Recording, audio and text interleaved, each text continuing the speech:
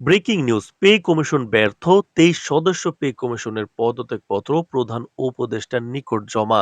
তো দর্শক, নবম পে স্কেলের আজকের সর্বশেষ গুরুত্বপূর্ণ নিউজটি শেষ পর্যন্ত দেখুন এবং শুরুতেই চ্যানেলটি সাবস্ক্রাইব করে রাখুন নবম পে স্কেল সহ মহার্ঘ ভাতার সকল আপডেট সবার আগে পেতে।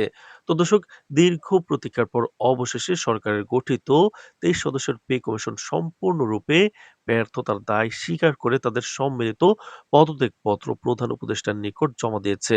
সূত্রে জানা যায়, গত কয়েক মাস ধরে কমিশন অসংখ্য বৈঠক, আলোচনার আয়োজন, বিভিন্ন দফতরের মতামত সংগ্রহ, বিশেষজ্ঞদের সঙ্গে সেমিনার এবং বাজেট বিশ্লেষণ করেও একটি কার্যকর ও বাস্তবসম্মত বেতন কাঠামোর চূড়ান্ত খসড়া তৈরি করতে সক্ষম হয়নি।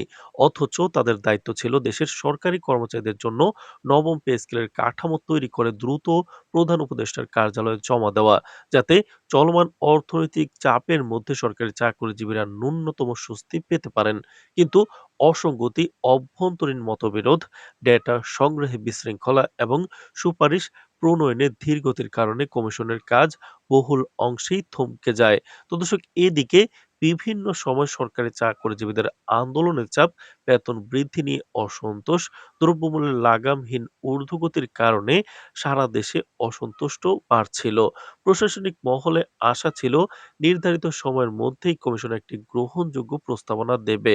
কিন্তু সময় পেরিয়ে গেলেও কমিশন একটি সুস্পষ্ট খসড়া, এমনকি প্রাথমিক কাঠামো পর্যন্ত উপস্থাপন করতে পারেনি।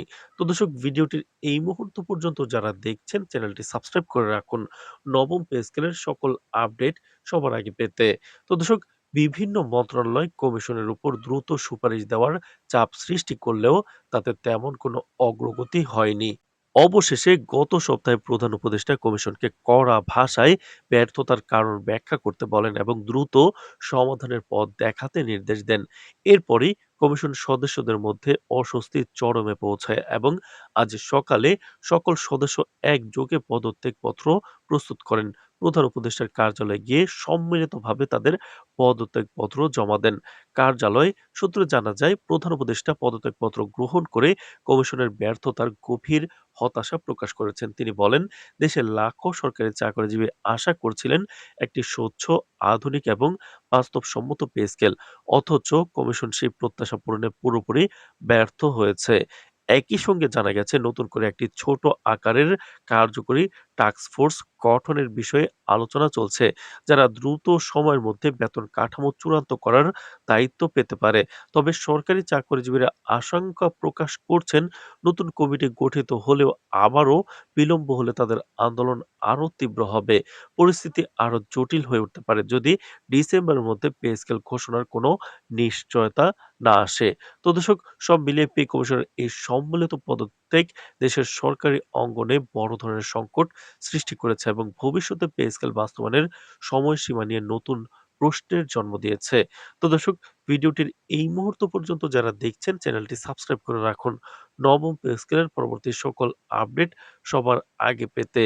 তো দর্শক, সরকারি কর্মচারীদের মধ্যে হতাশা এখন তীব্র মাত্রায় পৌঁছেছে। দীর্ঘ প্রায় ১০ বছর ধরে তারা আশা করেছিলেন তাদের বেতন এবং অন্যান্য ভাতার সুষম ও ন্যায্য বাস্তবায়ন নিশ্চিত করবে। কিন্তু এই পদত্যাগে স্পষ্ট হয়ে গেছে, সেই দীর্ঘ প্রতীক্ষা বেকার গেল এবং সরকারি কর্মচারীরা এখন তাদের অধিকার প্রতিষ্ঠায় অন্য ধরনের পদক্ষেপ নেওয়ার জন্য প্রস্তুত হচ্ছেন। বিশেষজ্ঞরা বলছেন, আগামী সময়ে কর্মবিরতি, মহাসমাবেশ এবং অন্যান্য কঠোর প্রতিবাদমূলক পদক্ষেপ এই পরিস্থিতিতে দেখা দিতে পারে। তো দর্শক, নবম পে স্কেল এবং মহার্ঘ ভাতার পরবর্তী সকল আপডেট পেতে চ্যানেলটি সাবস্ক্রাইব করে রাখুন। আজ এ পর্যন্তই। ধন্যবাদ।